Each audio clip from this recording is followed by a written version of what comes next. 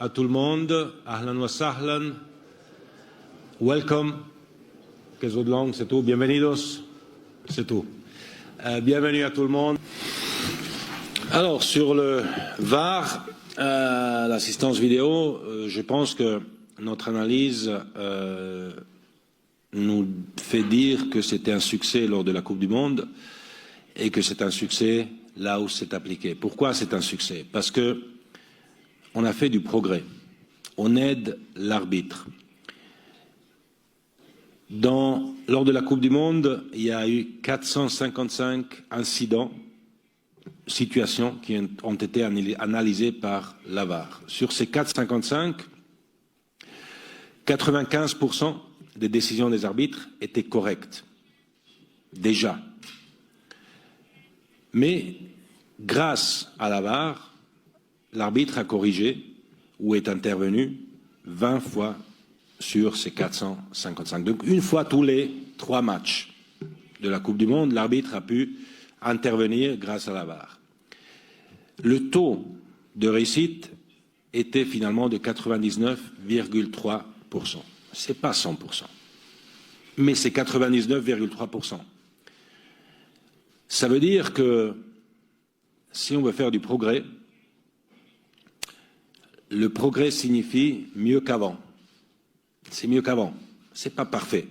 Une fois ça tombe sur le Maroc, une fois ça tombera sur l'Algérie, une autre fois sur la Tunisie, une autre fois sur la Suisse, une autre fois sur l'Italie, et une autre fois sur le Brésil. Et la perfection n'existe pas et n'existera probablement jamais, mais on aide l'arbitre et c'est ça qu'on veut. Et on va s'améliorer. Si on regarde la situation de la VAR, et moi j'étais contraire, personnellement, à la VAR, mais je me suis dit, quand on a commencé à la tester, ben, testons, regardons. Si ça marche, tant mieux, si ça ne marche pas, tant pis. Et ça marchait, et ça s'améliore.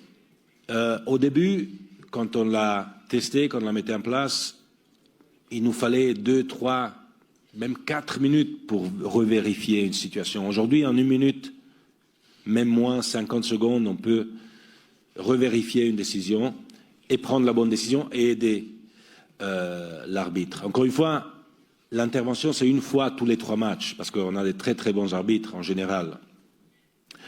On a un protocole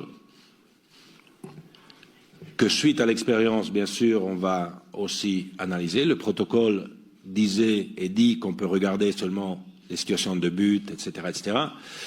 4 situations particulières. Le changement d'un corner n'est pas prévu par le protocole, donc l'arbitre ne pouvait pas l'appliquer. S'il y a une erreur d'un arbitre, grâce à la VAR, on essaye de la corriger. Parfois, très rarement ou beaucoup moins rarement qu'avant, c'est pas possible de la corriger. Mais de toute façon, en tant que président de la FIFA, je préfère avoir une erreur tous les 20 matchs plutôt qu'une erreur tous les 3 matchs. L'idéal serait d'avoir aucune erreur, pas d'erreur du tout, mais ça, malheureusement, pour l'instant encore, c'est pas possible. On s'améliore. Il y a aujourd'hui 55 pays qui le mettent en place. Le Maroc va le mettre en place aussi et vous verrez qu'avec le temps, on va devenir encore mieux et encore plus